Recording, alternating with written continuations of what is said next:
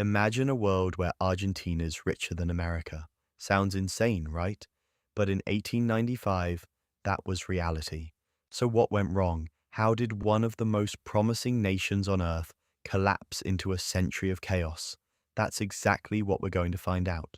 At the turn of the 20th century, Argentina wasn't just doing well, it was being talked about as the next great world power. European investors were pouring money in. Vast stretches of fertile land were producing beef and grain that fed entire continents. Buenos Aires was being called the Paris of South America. But underneath all that wealth, cracks were already forming. The government was deeply corrupt.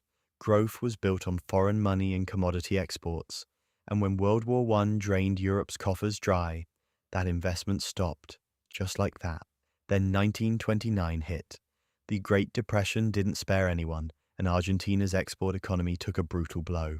Enter Britain, Argentina's biggest trading partner, riding in with a lifeline, except it wasn't really a lifeline. Britain secured a monopoly on coal sales into Argentina, preferential trade status, and effective control over Argentina's meat market, its single most important industry. Argentina essentially handed over the keys to its own economy. And the men in power, they were fine with it because they personally got rich. The economic collapse fueled fury, political extremism surged, military coups became almost routine, and out of that chaos rose Juan Peron, who took power in 1946 with three bold promises: kick out British influence, industrialize the nation, and close the gap between rich and poor. And for a moment, it actually worked. Argentina boomed, but then Peron made a critical mistake. He nationalized foreign-owned assets, and investors, unsurprisingly, don't tend to stick around when governments start seizing their property. Capital fled, growth stalled, and Peron himself was overthrown in a military coup. What followed was a vicious cycle that lasted decades. Every government faced the same impossible problem.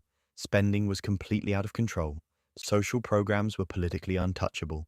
Military spending was non-negotiable, and the peso was losing value year after year, making everything imported more expensive.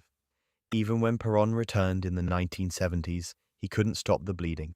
His successor, his own wife, was overthrown in 1976 by a military junta that would become notorious across the world. They failed to fix the economy, they launched a disastrous war, and when they collapsed, they left the country in ruins.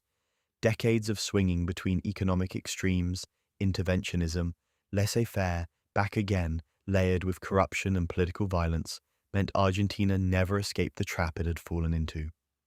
Argentina's story isn't just about bad luck, it's about a perfect storm: economic dependency on foreign powers, runaway government spending, and decades of political instability that made long-term planning almost impossible. A country that was once on track to rival the United States, brought to its knees not by invasion or natural disaster, but by its own decisions, one after another. If you found this interesting, hit subscribe, because next time we're looking at another nation that had everything and lost it.